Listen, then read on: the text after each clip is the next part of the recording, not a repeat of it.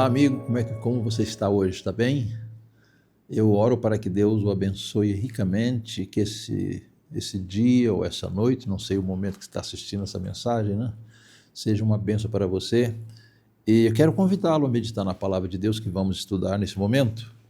E eu peço que você também ore para que o Espírito Santo esteja presente, que ele nos dirija para transmitir e para receber a sua palavra. Eu quero convidar vocês todos a abrirem a palavra de Deus, se for possível, em Lucas capítulo 11. Aqui fala da oração. Vocês sabem que a oração é um fator essencial para a nossa salvação, para a nossa utilidade, para a nossa transformação. Então diz uma palavra inspirada que a oração é a respiração da alma. Se existe alguma coisa essencial na vida cristã, é a oração, além do estudo da palavra. E vamos então ler Lucas 11, a partir do verso 1. Diz assim: Jesus estava orando em certo lugar, e quando terminou, um dos seus discípulos lhe pediu: Senhor, ensine-nos a orar, como também João ensinou os discípulos dele. João era um reformador, ele era um mestre, era um homem de oração, e ele ensinou os seus discípulos a orar. Será que você também precisa aprender a orar? Eu preciso aprender a orar cada vez melhor. Mas em que consiste essa oração? Então aqui Jesus, ele apresentou a oração do Senhor, que nós conhecemos como Pai Nosso, né? Verso 2 diz assim: então Jesus disse: quando vocês orarem, digam Pai.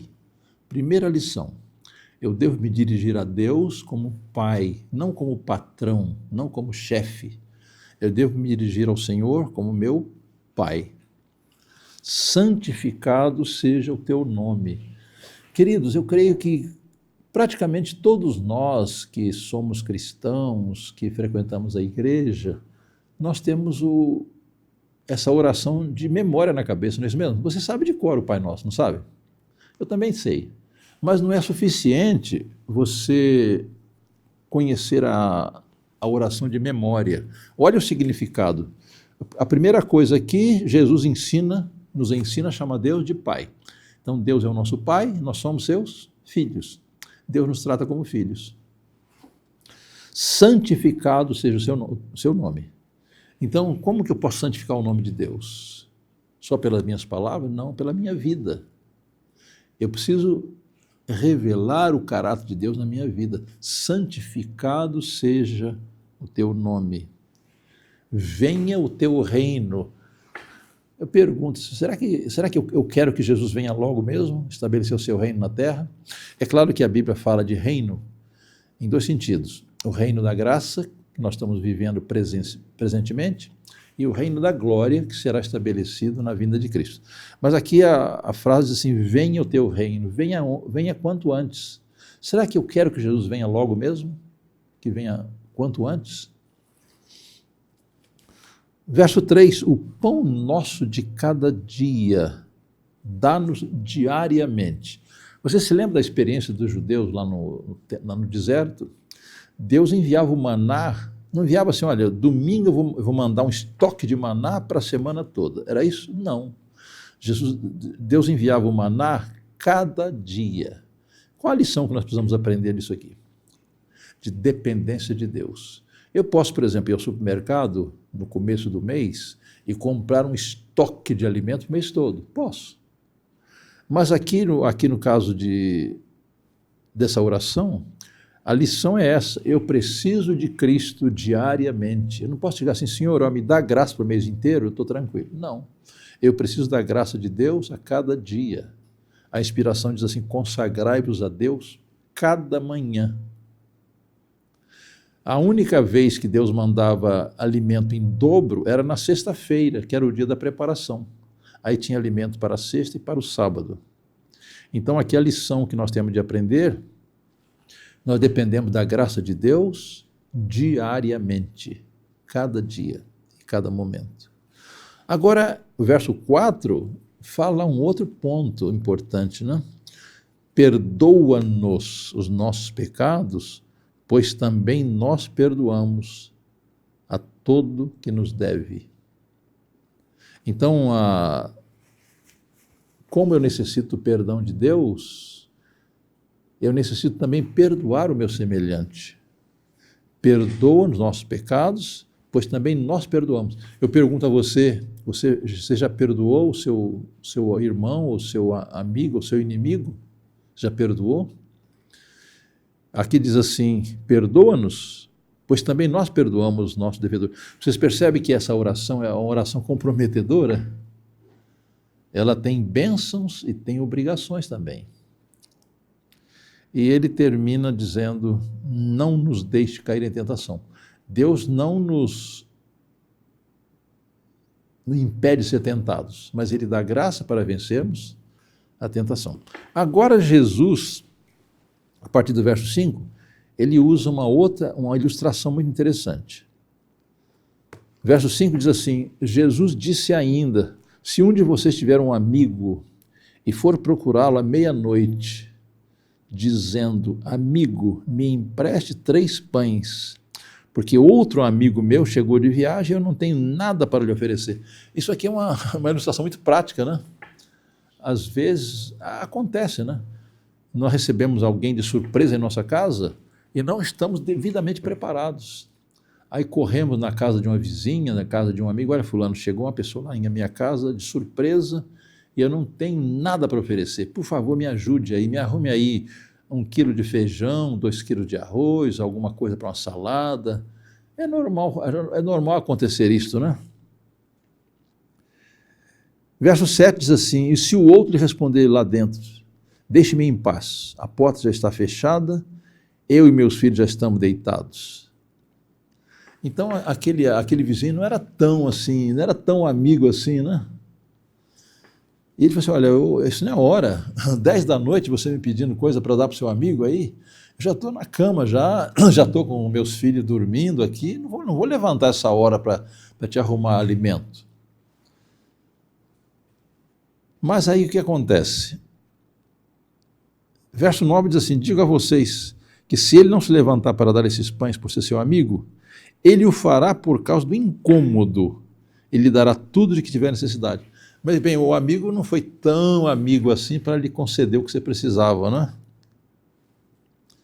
Mas ele disse, não fulano, não faça isso comigo, eu preciso desse pão. Não vou dar não, mas eu preciso. Ele insistiu.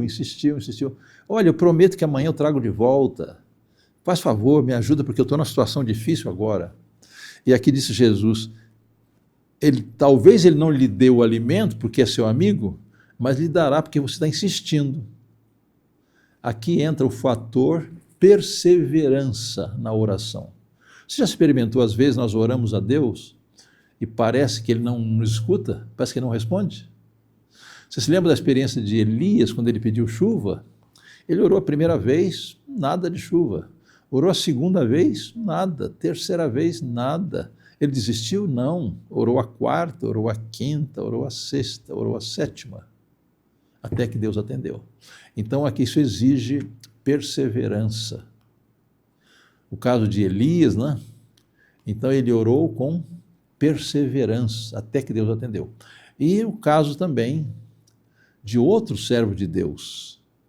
O caso de Jacó, quando ele estava ali lutando com o anjo, né? Ele passou a noite em oração. E quando Jesus falou com ele, olha rapaz, já está ficando claro já, vamos embora. Ele disse, não, eu não vou enquanto o Senhor não me abençoar. Isso aqui se chama perseverança na oração. Então quando você orar ao Senhor, não desista da primeira vez, não desista da segunda, não desista da terceira. Ele vai te atender.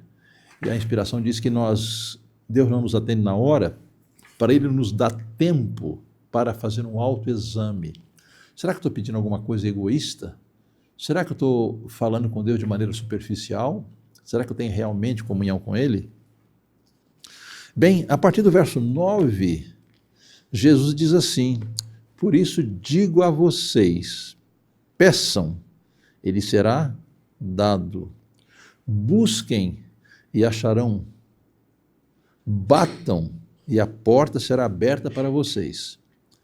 Verso 10, pois todo aquele que pede, recebe, o que busca, encontra, e a quem bate, a porta será aberta.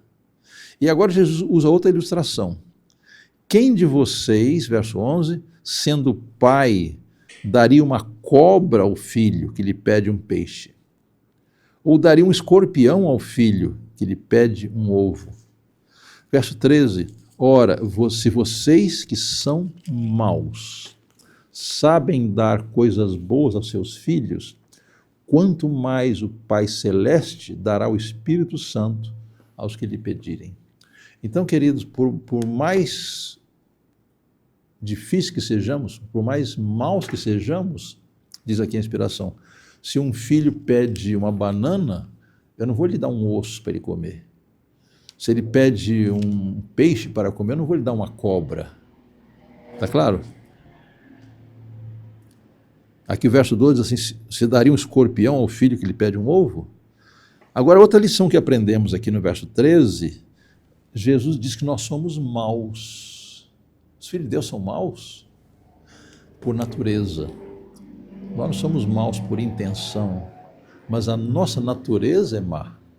Então Jesus disse assim, ora, se vocês que são maus sabem dar coisas boas aos seus filhos, quanto mais o Pai Celeste dará o Espírito Santo aos que lhe pedirem. Aqui Jesus toca num ponto que eu creio que é essencial. Nós devemos orar pelo batismo do Espírito Santo a cada dia. Nós necessitamos ser guiados pelo Espírito Santo, todo momento. É o Espírito Santo que nos convence do pecado, é o Espírito Santo que nos leva a Cristo, é Ele que nos dá o arrependimento, é Ele que dá um novo nascimento, é Ele que opera a santificação em nossa vida. Então nós necessitamos do Espírito Santo a cada dia. Agora, interessante que quando eu olho para Jesus, o Espírito Santo me é dado. Ele envia o Espírito Santo. Lá em João diz que o Espírito Santo é dado para nos convencer do pecado, da justiça e do juízo. Então a obra do Espírito Santo é ampla. E nós não vamos fazer um estudo sobre o Espírito Santo agora, mas aqui no verso 13, Jesus diz assim, ora, se vocês que são maus sabem dar coisas boas aos seus filhos, quanto mais o Pai Celeste dará o Espírito Santo aos que lhe pedirem. E, queridos, o Espírito Santo é o maior dom que Cristo nos oferece. Se eu recebo o Espírito Santo, eu recebo tudo o que necessito para meu arrependimento, para conhecer a Jesus, para nascer de novo, para ser transformado, ser santificado e estar preparado para a volta de Jesus. Então, queridos, aqui vamos voltar a dizer o seguinte, que a oração é essencial. Há três fatores necessários na nossa vida cristã. Nós lemos o seguinte, que a senha do cristão é orar, vigiar e trabalhar. Primeiro orar, estudar a palavra e fazer o melhor que podemos pelos nossos semelhantes, para glorificar a Deus. Então, querido, não vamos negligenciar esse fator essencial que é a oração. Observe que aqui no capítulo 11 de Lucas, Jesus usa 13 versos para falar da importância da oração. Ele fala aqui, ele ensina os discípulos a orar, ensinou o Pai Nosso, ele faz a ilustração do homem que necessitava. Por exemplo, se eu quero ajudar uma pessoa que está em dificuldade espiritual, por exemplo, eu primeiro preciso ir a Deus pedir graça para que eu possa ajudar. Perceberam aqui a parábola do amigo? Ele recebeu um visitante, não estava preparado, ele foi a um amigo para receber ajuda, para ajudar o seu amigo. E nós também necessitamos da graça de Deus para ajudar o nosso semelhante. Cada momento que vamos atender uma pessoa, nós precisamos que Deus nos abençoe, que Deus nos dê sua graça para que estejamos capacitados a fazer algo pelo nosso próximo, pelo nosso semelhante. Oro para que Deus o abençoe ricamente nesse dia, que você seja usado para beneficiar o semelhante. Mas não se esqueça, antes de sair de casa, ore. Antes de sair de casa, faça o culto com a família. Vigiai e orai. Orai sem cessar. Deus o abençoe para que você tenha um dia ou uma noite abençoada com a sua presença. Amém.